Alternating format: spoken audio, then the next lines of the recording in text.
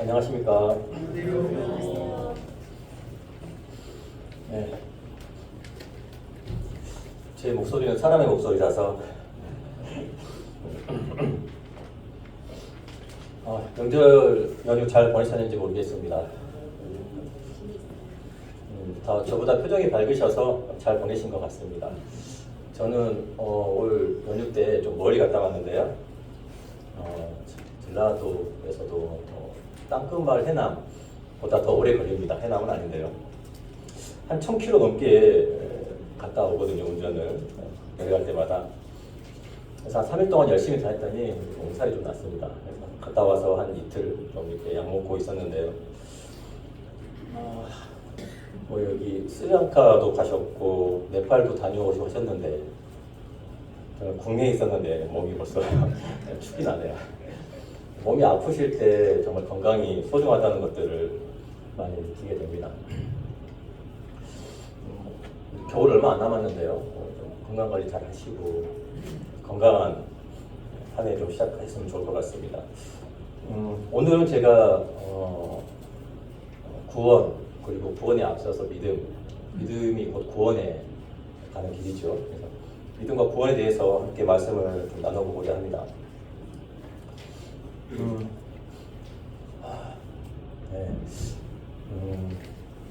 제가 예전에 이렇게 사고가 나서 사고가 아니죠. 몸이 아파서 병원에 입원해 있다가 이제 병원에서 퇴원을 하고 좀 많은 시간이 지났는데요. 그리고 제가 이 남사에 와서 정말 많이 좋아졌습니다. 그런데도 여전히 남아있는 하나의 특이한 좀 증상 같은 게 있어요. 증상을 하기 좀 뭐하지만 예전에 그러지 않았는데, 예전에는 다수 앞에서도 떨지 않았는데 그 이후로부터 막 심장이 뛰기 시작하는 거예요. 처음 제가 모임에 와서 간증을 하라고 하셔서 간증문을 적어갔습니다. 간증을 적어서 읽기는 처음이었는데요. 그래서 이제 막 타이핑을 해서 프린터를 했어요. 그리고 이제 보고 읽었습니다. 앞에 나가서. 그걸 읽는데도 심장이 얼마나 뛰는지 심장이 엄청 쿵쾅거렸어요. 그리고 막 식은땀이 나고 읽었으니까 굉장히 빨랐을 겁니다. 아마 다 이해하셨나 모르겠어요. 제가 처음 모임에 나왔을 때 그렇게 했었는데 그 이후로도 이제 그만큼은 아니지만 계속 심장이 뛰는 거예요.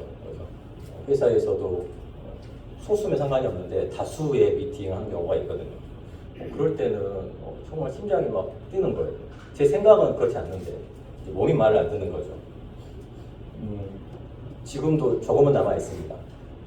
그런데 신기한 거는 기도할 때도 뛰는데 심장이 뛰는데 여기 나오면 안 뛴다는 거예요. 저번에 이제 간증하고 한번 이렇게 했었는데 이렇게 심장이 뛰지 않는 걸 보니까 신기합니다. 오늘 뛰지 않는 몸으로 사람의 육성을 가지고 이렇게 성경에 나와 있는 한 여성분이신데요. 여성분의 특히 예수님의 족보에 올라와 있는 한 여성분의 이야기를 통해서 믿음이 어떤 것인지 그리고 또 구원이 어떤 것인지 함께 나눠보는 시간을 갖도록 하겠습니다. 믿음의 조상하면 아브라함이고요. 이제 아브라함의 아들 당연히 이삭이고 야곱이고 야곱의 넷째 아들이죠. 유다, 르시레유, 루벤, 시므온, 레위, 유다. 네 번째 아들. 유다의 아들이 누구죠? 다말에게서 베레스와 세라를 낳았죠. 그리고 베레스는 헤스론을 낳았고 헤스론은 람을 낳았고 람은 아미나답, 나손, 살몬. 이 살몬의 아내 기생 나압이라고 하는데요. 수식어 기생이라는 말이 붙어요. 그래서 이 기생 나압에 대해서 오늘 함께 보도록 하겠습니다. 기생 나압은 여호수아서 2장에 나오는데요. 여호수아서 2장 함께 보도록 하겠습니다.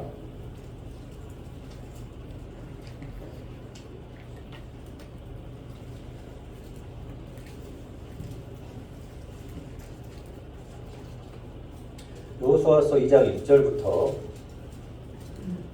20절까지 제가 읽도록 하겠습니다.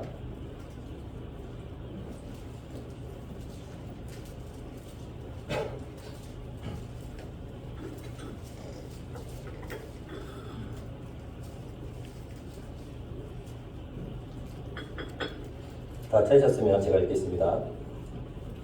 눈의 아들 여호수아가 시딤에서 두 사람을 정탐꾼으로 보내며 이르되 가서 그 땅과 여리고를 엿보라 하매 그들이 가서 라합이라 하는 기생의 집에 들어가 거기서 유숙하더니 어떤 사람이 여리고 왕에게 말하 이르되 보소서 이 밤에 이스라엘 자손 중에 몇 사람이 이 땅을 정탐하러 이리로 들어왔나이다. 여리고 왕이 라합에게 사람을 보내어 이르되 내게로 와서 내 집에 들어간 그 사람들을 끌어내라. 그들은 이 온 땅을 정탐하러 왔느니라. 그 여인이 그 두 사람을 이미 숨긴지라. 이르되 과연 그 사람들이 내게 왔었으나 그들이 어디에서 왔는지 나는 알지 못하였고 그 사람들이 어두워 성문을 닫을 때쯤 되어 나갔으니 어디로 갔는지 내가 알지 못하나 급히 따라가라. 그리하면 그들을 따라잡으리라 하였으나 그가 이미 그들을 이끌고 지붕에 올라가서 그 지붕에 벌려놓은 상대에 숨겼더라. 그 사람들은 요단 나루터까지 그들을 쫓아갔고 그들을 뒤쫓는 자들이 나가자 곧 성문을 닫았더라. 또 그들이 눕기 전에 라합이 지붕에 올라가서 그들에게 이르러 말하되 여호와께서 이 땅을 너희에게 주신 줄을 내가 아노라. 우리가 너희를 심히 두려워하고 이 땅 주민들이 다 너희 앞에서 간담이 농나니 이는 너희가 애굽에서 나올 때에 여호와께서 너희 앞에서 홍해물을 마르게 하신 일과 너희가 요단 저쪽에 있는 아모리 사람의 두 왕 시온과 옥에게 행한 일 곧 그들을 전멸시킨 일을 우리가 들었음이니라. 우리가 듣자 곧 마음이 녹았고 너희로 말미암아 사람이 정신을 잃었나니 너희 하나님 여호와는 위로는 하늘에서도 아래로는 땅에서도 하나님이시니라. 그러므로 이제 청하노니 내가 너희를 선대하였은즉 너희도 내 아버지의 집을 선대하도록 여호와로 내게 맹세하고 내게 증표를 내라. 그리고 나의 부모와 나의 남녀 형제와 그들에게 속한 모든 사람을 살려주어 우리 목숨을 죽음에서 건져내라. 그 사람들이 그에게 이르되 네가 우리의 이 일을 누설하지 아니하면 우리의 목숨으로 너희를 대신할 것이요 여호와께서 우리에게 이 땅을 주실 때에는 인자하고 진실하게 너를 대우하리라. 라합이 그들을 창문에서 줄로 달아내리니 그의 집이 성벽 위에 있으므로 그가 성벽 위에 거주하였음이라. 라합이 그들에게 이르되 두렵건대 뒤쫓는 사람들이 너희와 마주칠까 하노니 너희는 산으로 가서 거기서 사흘 동안 숨어 있다가 뒤쫓는 자들이 돌아간 후에 너희의 길을 갈지니라. 그 사람들이 그에게 이르되 네가 우리에게 서약하게 한 이 맹세에 대하여 우리가 허물이 없게 하리니 우리가 이 땅에 들어올 때에 우리를 달아내린 창문에 이 붉은 줄을 매고 내 부모와 형제와 내 아버지의 가족을 다 내 집에 모으라. 누구든지 내 집 문을 나가서 거리로 가면 그의 피가 그의 머리로 돌아갈 것이요 우리는 허물이 없으리라. 그러나 누구든지 너와 함께 집에 있는 자에게 손을 대면 그의 피는 우리의 머리로 돌아오려니와 내가 우리의 일을 누설하면 네가 우리에게 서약하게 한 맹세에 대하여 우리에게 허물이 없으리라 하니 라합이 이르되 너희의 말대로 할 것이라 하고 그들을 보내어 가게 하고 붉은 줄을 창문에 매니라. 21절까지 읽었습니다.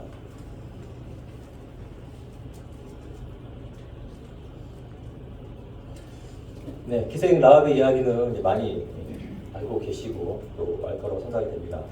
오늘 기생 라합에 대한 이야기를 통해서 성경 말씀을 통해서 어떠한 믿음이 있었는지 그리고 어떻게 구원을 받았는지 구원의 언약 그리고 징표에 대해서 좀 짧게 살펴보도록 하겠습니다.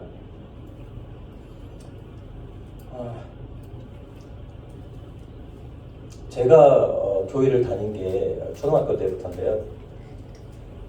교회를 다니면서 구원받기 전 신앙생활을 교회 생활을 좀 오래 했던 것 같습니다.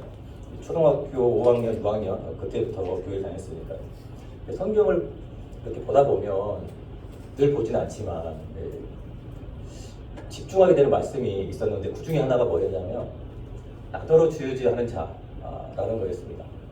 저는 나더러 주여 하는 자 듣기에도 그리고 제가 생각하기에도 그냥 대충 교회 다니는 사람들인가 보다로 이해를 했죠. 근데 자꾸 반복해서 보게 되면 나더러 주여 하는 자마다 다 천국에 들어갈 수 없다라고 말씀을 하고 계세요. 그렇다면 어떻게 천국을 가냐? 이제 말씀이 있죠. 내 아버지의 뜻대로 행하는 자라야 들어가리라 라는 말씀이 있습니다. 잘 알죠. 나더러 주여 주여 하는 자마다 다 천국에 들어갈 것이 아니요 다만 아버지의 뜻대로 행하는 자라야 들어가리라. 개혁 한글 말씀일 수도 있는데 아버지의 뜻이 어떤 걸까? 하나님의 뜻은 어떤 걸까요? 저는 그렇게 생각을 했습니다.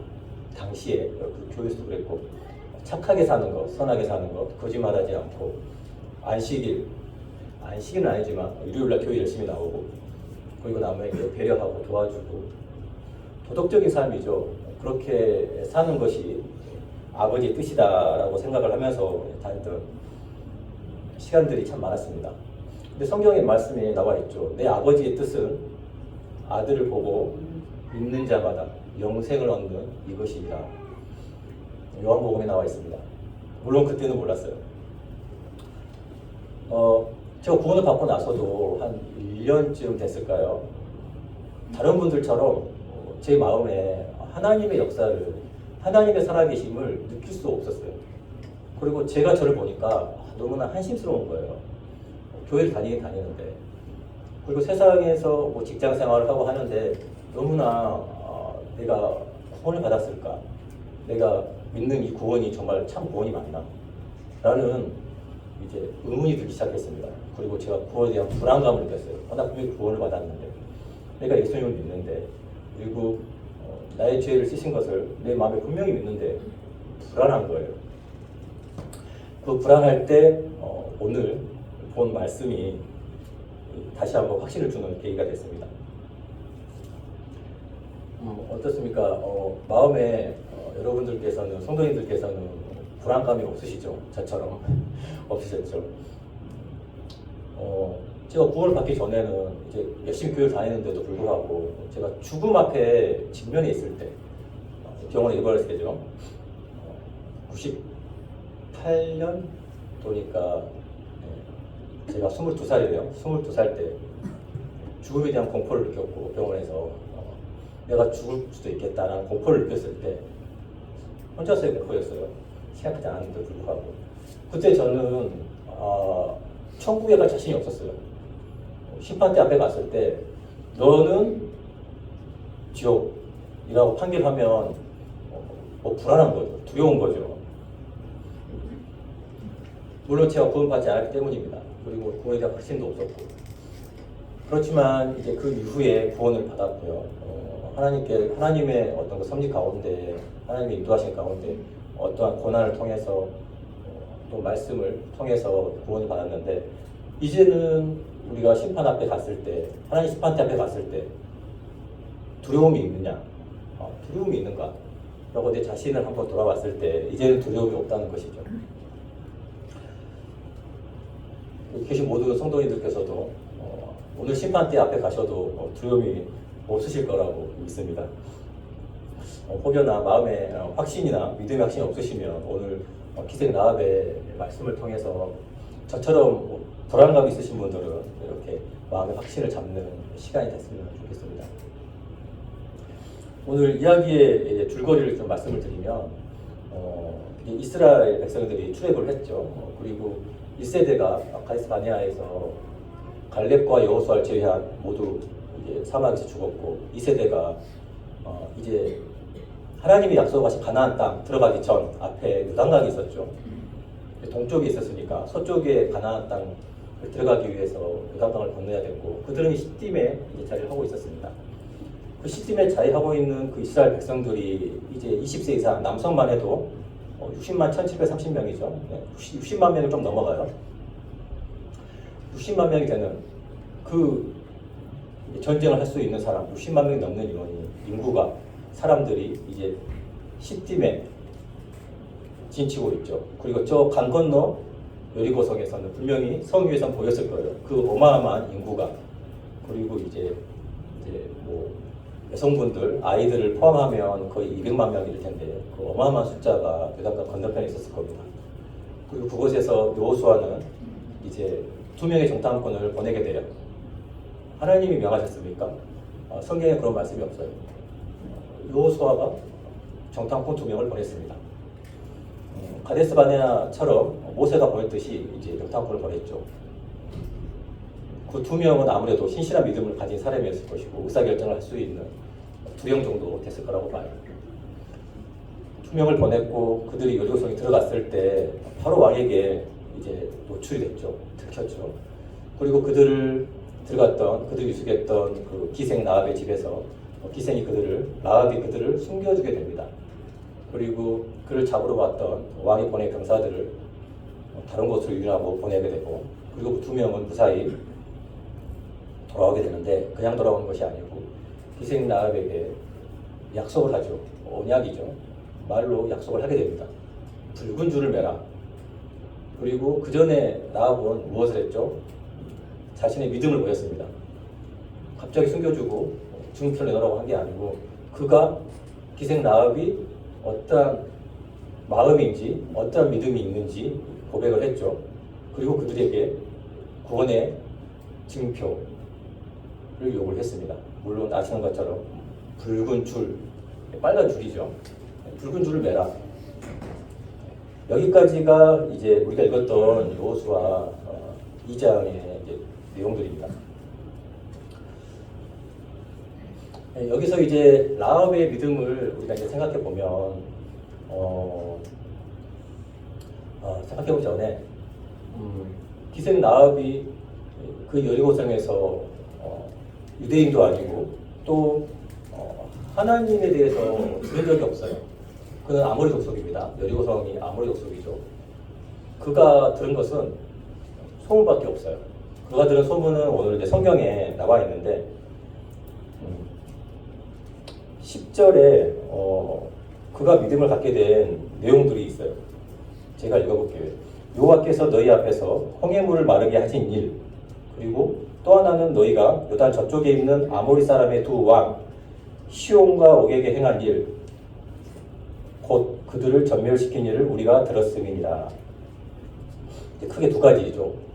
이스라엘 백성이 홍해를 건넌 일, 그리고 자기와 같은 아모리 족속, 굉장히 강한 족속이죠. 요단강 동쪽에 있었던 아모리 2 왕을 전멸시킨 일입니다. 하물며 홍해를 건넜던 거는 이미 40년 전이잖아요. 기생 라합이 한 20대라고 보면 그가 태어나기 전에 있었던 일입니다. 그것도 소문을 통해서 들었을 거고요. 그리고 이제 불과 얼마 전에 이제 아모리 2 왕을 전멸시킨 것들을 이제 들었을 테죠. 그걸 듣고 기생 라합이 성경에 보면 무엇이라고 하고 있냐면, 그 앞에 9절에 여호와께서 이 땅을 너희에게 주신 줄을 내가 아노라. 그리고 11절에 너희의 하나님 여호와는 위로는 하늘에서도 아래는 땅에서도 하나님이시니라. 그가 고백한 것이 무엇이냐면, 하나님, 하늘에서도 땅에서도 그들이 섬기는 신이 있습니다. 아모리 족속이 섬기는 신이 있고 가나안 땅에서 섬기는 신들이 있죠. 가나안의 7 족속 모두가 하나님을 섬기는 사람들은 아니었어요. 그럼에도 불구하고 이 소문을 듣고 단지 전쟁에서 이겼다는 그 이유만으로일까요? 자기가 섬기는 그 신이, 자기들이 섬기는 신이 참 신이 아니라는 것을 이제 발견했다는 것입니다. 그리고 이제 이 기생 라합이 소문을 듣고 믿는 그 믿음, 하물며 이스라엘 백성들이 1세대가 홍해를 건너면서 실제로 구름 기둥과 불 기둥이 그들을 인도했었죠. 그리고 만나를 주었고, 사막에서 홍해를 건넜고, 그리고 마라에서, 엘림에서, 리비딤에서, 그리고 시내산에서, 그리고 다베라, 기브로 핫다와 여러 곳에서 하나님의 역사를 직접 눈으로 봤어요. 듣고 보았던 그 백성들이 하나님이 주겠다고 했던 그 가나안 땅에 대한 불신이 있었음에도 불구하고 이 이방 족속인 이 기생 라합은 그 소문을 듣고도 하나님이 이 가나안 땅을 너희에게 주신 줄을 내가 안다라고 기록되어 있는 것이죠. 그래서 분명한 것들은 정말 많은 것들을 경험하고 보지 않았어도, 그리고 기생 라합은 굉장히 낮은 신분이죠. 이방 민족인데도 불구하고 그의 직업이라고 해야 되나요? 그는 기생이었습니다. 그리고 성벽에 살았죠. 굉장히 신분이 낮은 빈민가라고 볼 수 있어요. 성벽은 공격하면 제일 먼저 죽게 되는 위치죠. 공성전을 하게 되면. 그 아모리 족속에서도 가장 낮은, 신분이 낮은, 그리고 빈민촌에 살 수밖에 없었던 기생 나압에게 어떻게 그 믿음이 들어갔을까요? 그리고 여호수아는 하나님께서 그 여리고성을 무너뜨릴 때 전쟁을 해서 무너뜨리지 않았죠, 당연히. 그걸 무너뜨린 것은 하나님의 역사로 무너뜨렸습니다. 그럼 정탐꾼이 왜 갔어야 했을까요? 정탐꾼은 가야 할 이유가 없습니다. 하나님께서 그 기생 나압을, 그 사마리아 여인을 만나 했던 예수님처럼 이 정탐꾼을 통해서 하나님을 경외하는, 그리고 하나님이 이 가나안 땅을 너에게 주었다는 그 사실을 마음에 받아들였다는 것은 이미 하나님이 계시다는 것을 마음에 믿었다는 것이죠. 하나님의 존재 자체를 인정했다는 것이죠. 그래서 그는 그 하나님을 경외하는 마음이 있을 수밖에 없죠. 두려운 마음이 있을 수밖에 없습니다. 경외하다는 뜻이 두려운 말이라는 건 아니지만 하나님에 대한 두려움이 그에게 반드시 있었다고 저는 보거든요. 경외했던 그 기생 나압을 위해서 이 정탐꾼 2명이 여리고성에 가게 되고 가자마자 발각이 됩니다. 그런데 그들은 여리고성의 정탐, 그 모압 족속에 여리고성에 있던 사람들의 군대라든가 그때 상황이라든가 방어력이라든가 이런 것들을 봐야 되는 것이 아니라 그 기생 라합을, 하나님을 경외했던, 하나님을 인정했던, 하나님을 믿었던 하나님의 약속이, 이스라엘이 했던 그 하나님의 약속을 이방 여인이 그대로 받아들였던 그 여인을 만나했기 때문에 하나님께서는 명하시지 않았지만 여호수아와 2 정탐꾼을 보내게 해서 그 여리고에서 만나게 했다는 것이죠. 요즘에 저는 이제 제 아내하고 굉장히 행복한 시간들을 보내고 있어요. 남사가 너무 좋습니다. 저는 결혼을 할 때 교회에서 이렇게 결혼하시는 걸 봤어요. 제가 구원받고 나서 이제 교회에서 결혼을 하시는데 이렇게 이제 사역자님들께서 소개를 하시거나 다른 교회에 있는 분들과 이렇게 결혼을 하고 해서 너무나 아름답죠. 근데 저는 이해할 수 없었습니다. 어떻게 중매를 해서 결혼을 하지? 난 그렇게 결혼하고 싶지 않다. 난 나의 이상형이 있어. 내가 원하는 사람이 있어. 긴 생머리에 순수한 시골 아가씨에 뭐 이런 것들이 있었어요. 제가 이제 제 아내를 처음 만났을 때 지금 이제 자리가 없으니까 해야 돼. 주방을 잘 안 들린다고 하시더라고요. 오늘은 또 음식을 튀기고 있어서 잘 안 들릴 거예요. 아내를 만났을 때 긴 생머리였어요. 우연히 만났습니다. 전혀 만날 생각이 없었고 계획도 없었는데 친구를 만나러 갔다가 친구를 따라온 그 친구의 여자친구의 친구를 또 데리고 나온 거예요. 굳이 안 나와도 되는데. 그래서 이제 만났죠. 긴 생머리에 매우 순수했고 제가 같이 대화를 하는데 너무나 말이 통하는 거예요. 아, 이 여자다. 이 여자하고 결혼을 해야 되겠다. 그리고 4년을 연애를 했어요. 굉장히 길었죠. 세상에서 일반적으로 보면 4년 했다고 하면 너무 길게 했다고 하는 거예요. 어떻게 4년씩이나? 4년을 연애를 하고 4년 했으면 거의 다 알잖아요. 부모님 뭐 다 아시고 알고 이제 성격, 성향, 습관 다 알죠. 얼굴에 점이 몇 개 있는지까지 알 수 있지 않겠어요? 점은 없었지만 그래서 정말 이 여자하고 결혼을 해야 되겠다. 그리고 이제 교회에 같이 나오게 됐고 같이 결혼할 거면 결혼을 빨리 하는 게 낫겠다 라고 이제 말씀하시더라고요. 당연히 이제 은영 씨와 결혼을 해야죠 하고 이제 결혼을 했어요. 그리고 결혼하자마자 바로 후회를 했습니다. 왜 결혼을 했지? 정말 후회를 했어요. 못 살겠다. 이혼을 해야 되겠다. 결심까지 했습니다. 그리고 정말 힘든 시간을 많이 보냈어요. 4년을 알았는데 어떻게 결혼하자마자 후회를 하게 됐을까요? 내가 교회를 나가서 그래. 내가 세상 여자를 만나서 그래. 이런 이유 같지 않은 이유를 스스로 댔습니다. 그리고 2019년 이제 전통 하나님께 이제 혼쭐이 났죠. 그리고 얘기하자면 오늘도 하루도 부족하겠지만 그걸 통해서 이제 하나님께서 하나님을 떠난 이제 담을 수 없는 웅덩이를 판 것처럼 정말 어리석게 살아왔었고 그런 모습을 저에게 보여주셨고 이제 아내가 얼마나 내게 소중한 사람인가라는 걸 이제 하나님이 그런 일을 통해서 보여주셨어요. 그리고 이제 아내도 저에 대한 마음이 당연히 좋을 리가 없죠. 제가 안 좋은데. 그리고 아내의 마음도 이제 여기 남사에 올 때쯤 정말로 우리는 제 3의 삶을 이제 살게 됐습니다. 거듭난 삶 이후에 그리고 하나님께서 이러한 섭리라고 말씀드릴 수 있는 것들이 이런 질병을 통해서 그냥 아프고 끝난 것이 아니라 다시 하나님 앞에서 믿음의 삶을 살아갈 수 있도록 신앙이죠. 신앙. 믿고 바라보는 것, 믿고 하나님의 역사하실 것을 바라보는 것, 하나님이 성경에 기록하신 말씀들을 통해서 역사하시는 것들을 기다리면서 바라보는 그런 삶을 살게 하셨고 또 아내에게는 아내 스스로도 느끼게 했고 또 아내도 많이 변하게 했어요. 정말 많이 변했어요. 그래서 저희는 이제 다시 제 2의 시돈이다라고 하면서 이제 보내고 있는데 시간이 가면 갈수록 느끼게 되는 거죠. 그리고 이번에 시골 갔다 오면서 느꼈습니다. 하나님이 이 사람을 내게 준 이유. 이 세상의 모든 여성분들을 다 해도 이 여성만큼 내게 완벽한 여성이 없다. 내 아내만큼 완벽한 여성이 없다.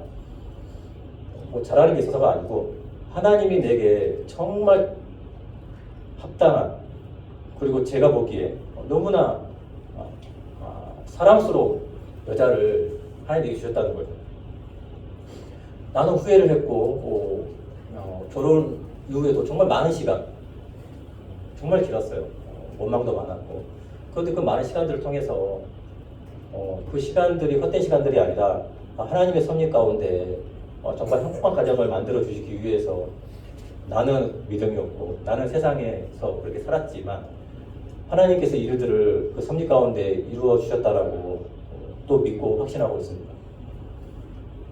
이 기생 나합도 여리고성에 살고 있었지만 여호수아가 보낸 그 정탐꾼 2명을 통해서 그가 하나님을 경외하는 사람이었고 하나님의 계획 안에 있었기 때문에 그가 구원을 받을 수 있었습니다. 그가 하나님을 경외했고 그분이 하늘에서도 땅에서도 유일하신 하나님이시라는 것을 그가 마음에 받아들였다는 것. 그리고 정탐꾼들이 왔을 때 구원의 언약을 받았죠. 구원의 증표를 내라. 나뿐만 아니라 나의 부모님, 나의 가족, 형제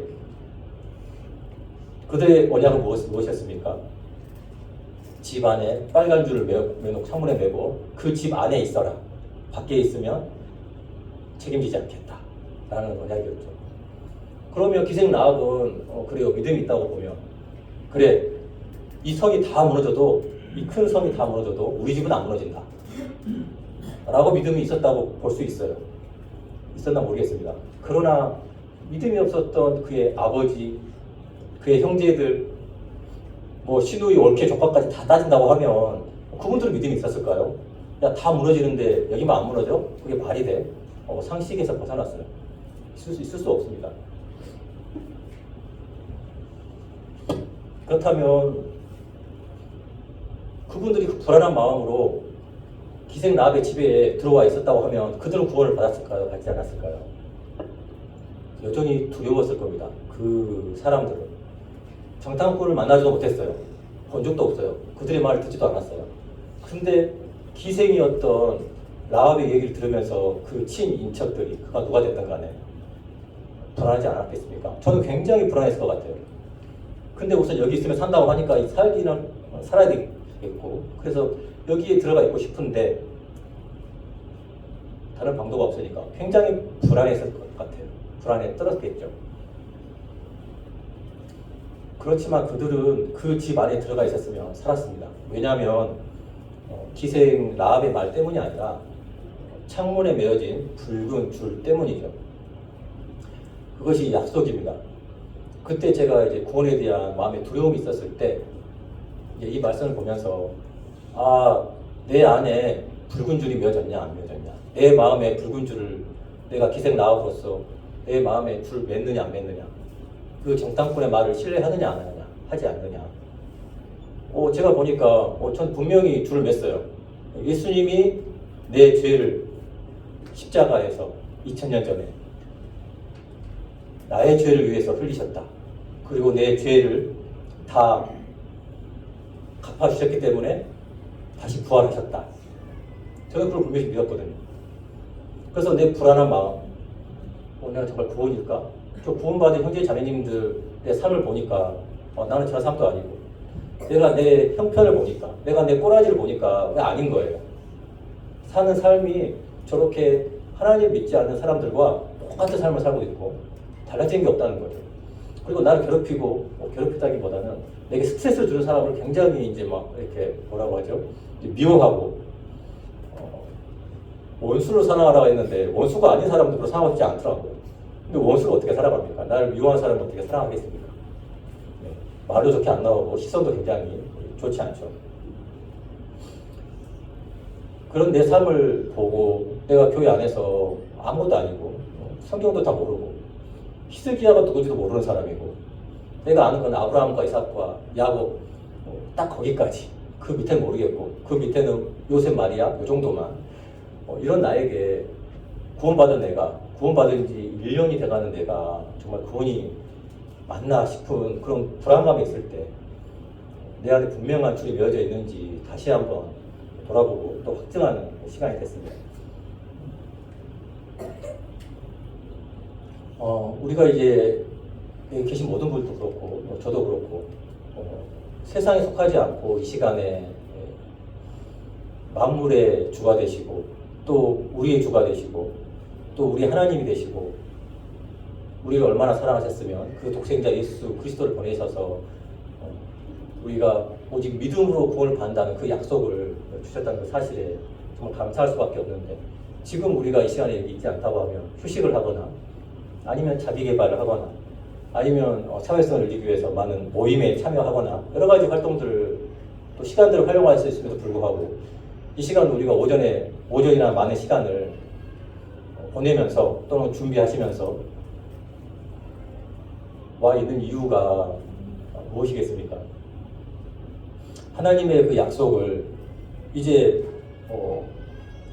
세상을 선택하지 않고 우리가 이 교회를 선택한 것처럼 여리고성, 그 견고했던 여리고성, 가나안 땅에 요단강을 건너면 가나안 땅의 가장 중심이 되었던 그 중앙에 있었던 그 견고한 여리성, 그 왕을 선택하지 않고 죽을 수도 있음에도 불구하고 이 정탐꾼을 선택해야 했던 그 기생 라합처럼 세상에 비유되는 이 여리고성을 선택하지 않고 우리가 이 시간 하나님 그리고 예배를 택한 우리에게 또 다시 한번 회상할 수 있는 말씀을 한번 읽어보도록 하겠습니다. 로마서 10장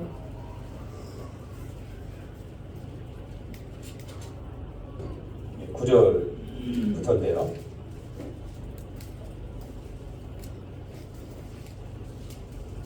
제가 읽어보도록 하겠습니다. 로마서 10장 9절. 오늘 이 말씀만 기억하셔도 될 것 같아요. 내가 만일 내 입으로 예수를 주로 시인하며 또 하나님께서 그를 죽은 자 가운데서 살리신 것을 내 마음에 믿으면 구원을 받으리라. 사람이 마음으로 믿어 의에 이르고 입으로 시인하여 구원에 이르느니라. 네, 구원에 대한 말씀입니다. 하나님께서 했던 약속의 말씀이고 저에게도 동일하게 하나님께서 하셨던 약속의 말씀입니다. 내가 만일 내 입으로 예수를 주로 시인하면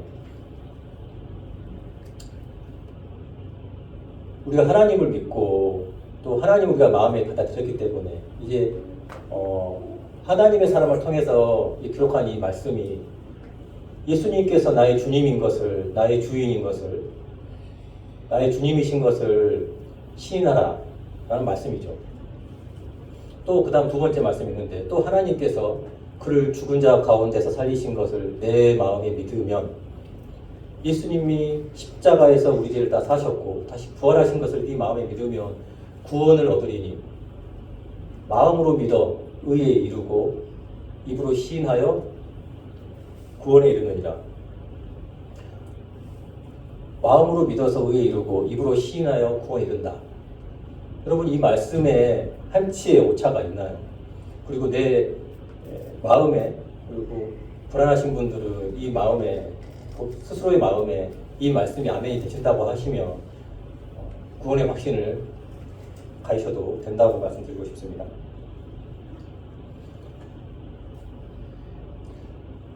기생 라합의 오늘 이야기를 통해서 제가 드리고 싶은, 또 나누고 싶은 말씀이, 이제 세상을 택하지 않고 여리고의 왕을 택하지 않고 하나님의 사람, 하나님이 너희에게 주었던 이 약속의 그 말씀을 그대로 믿었던 기생 라합, 그리고 다른 사람들의 눈에는 보이지 않았겠지만 기생 라합의 눈에는 이미 이 여리고성은 끝난, 이미 진멸된, 시간상으로 아직 그들은 살아있지만 이미 진멸된 성이고 족속이라는 것들을 그는 이미 알고 있었습니다. 그리고 하나님께서 가나안을 그 이스라엘 땅에게 주시겠다고 하는 그 약속을 그도 알고 있었다는 것이죠. 믿고 있었다는 것이죠. 그래서 그에게는, 라합에게는 이미 가나안 땅에 있는 모든 족속들이 끝났습니다. 그리고 하나님 편에서 봤을 때도 이미 그 세상은 끝난 세상이고요. 지금 우리가 살아가고 있는 이 세상도 하나님 편에서는 이미 멸망받아서 끝난 세상이라고 저는 생각합니다. 그리고 우리가 지금 믿는 이것이 이 멸망당하고 끝나버린 이 세상이 아니라 하나님이 약속하신 그 이스라엘 백성, 그리고 그것을 받아들였던 기생 라합에게 그가 누리고 있었던 그 가나안, 하나님의 약속의 땅처럼 우리에게도 하나님께서 약속하신 새하늘 새 땅, 그리고 우리의 부활에 대한 약속, 그리고 우리의 모든 죄를, 우리의 형편이 어떠하든 기생 라합을 통해서 자격 조건이 제한이 없음을 말씀하고 있는 것처럼 우리도 어떤 상황에서, 어떠한 형편에서, 또 어떠한 사람일지라도, 어떠한 죄 앞에서라도 하나님께서 우리를 의롭다고 하시고, 의롭다 하신 이는 하나님이시니 누가 정죄하리요. 하나님께서 의롭다고 하셨는데 누가 죄 있다라고 할 수 있겠습니까? 그래서 마음에 구원에 대한 확신이 있으셨으면 좋겠고, 또 불안하신 분들께서는 구원에 대한 확신을 또 가지고 있었으면 좋겠습니다. 오늘 시간을 저번에 시간 너무 많이 써서 좀 아끼려고 줄였는데 너무 빨리 진행된 것 같네요.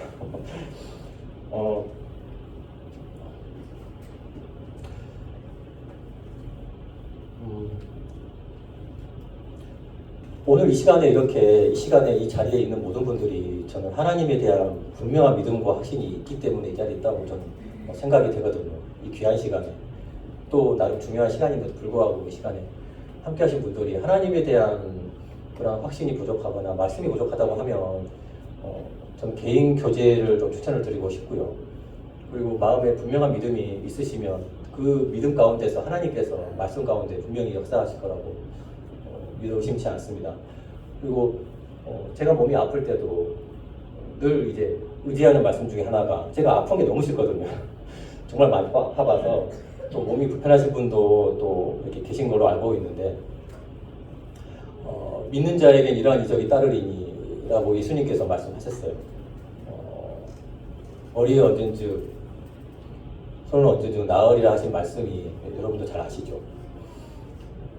몸이 아프신 분들은 분명한 믿음과 구원의 확신이 있으신 분들은 스스로 저는 제 손에, 제 머리에 제 손을 얹습니다. 그리고 주님의 말씀을 의지해서 기도를 합니다.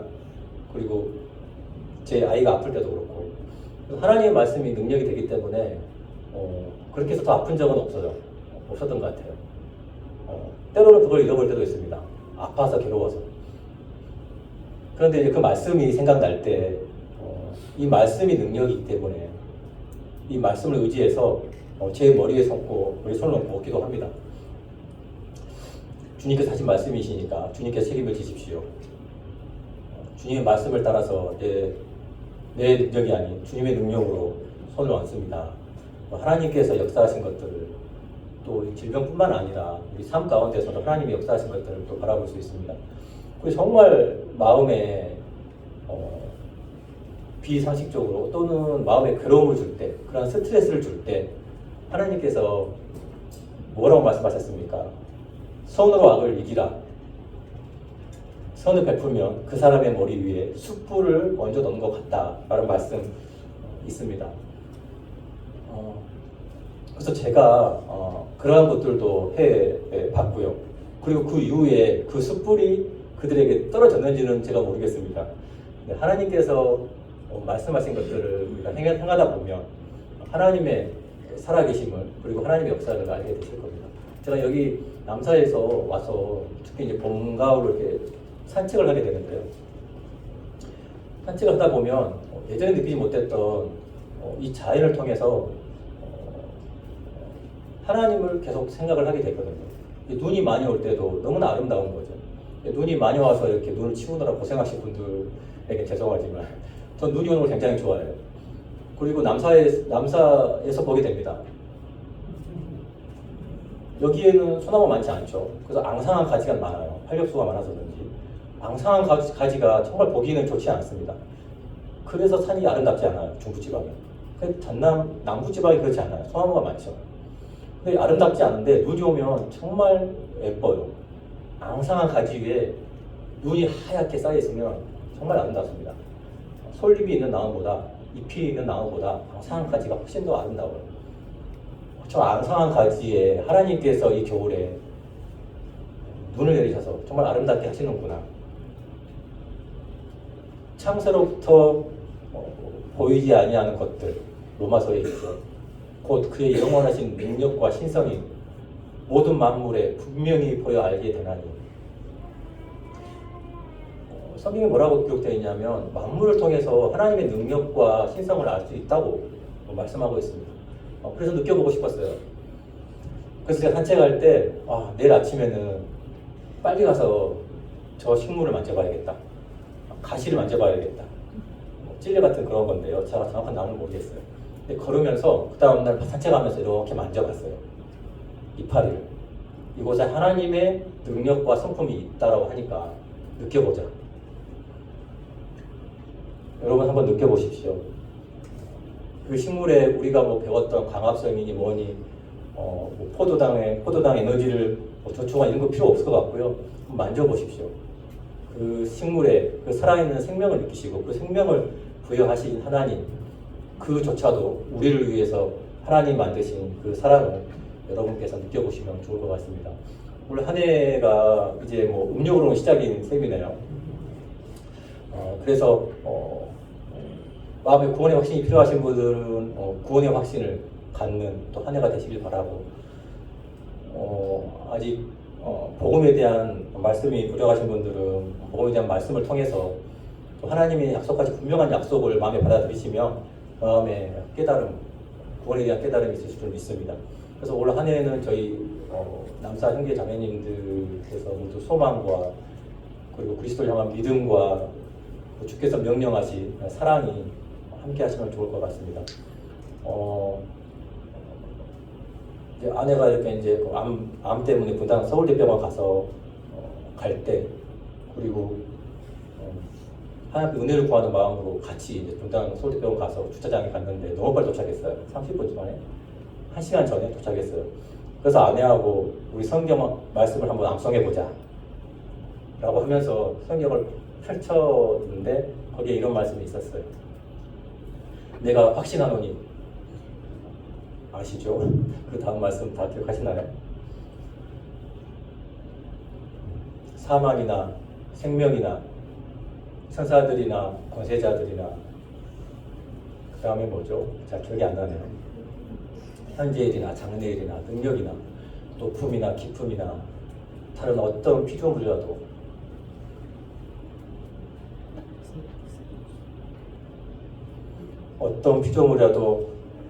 그 다음에 잘 기억이 안 나네요. 우리를 향한 하나님의 사랑에서 끊을 수 없느니라 이 말씀 있죠. 그걸 통해서 어떠한 피조물도 우리를 향하신 하나님의 사랑에서 끊을 수 없다라는 말씀을 통해서 여전히 우리가 하나님의 섭리 가운데 있고 하나님의 계획 가운데 있고 또 이 세상 끝나는 그날까지 우리 모두가 하나님의 계획 안에 있다는 것들을 기억하시고 지금 구원의 확신이 있든 또 없든 우리가 모두가 하나님 계획 안에 있기 때문에 하나님 바라보시고 또 하나님 향해서 기도하시고 또 하나님 제게 믿음이 없습니다. 제게 믿음을 주십시오. 제가 구원의 복음의 말씀이 믿어지지가 않습니다. 나에게 믿음을 주십시오 하시며 분명히 하나님께서 역사하실 줄 믿습니다.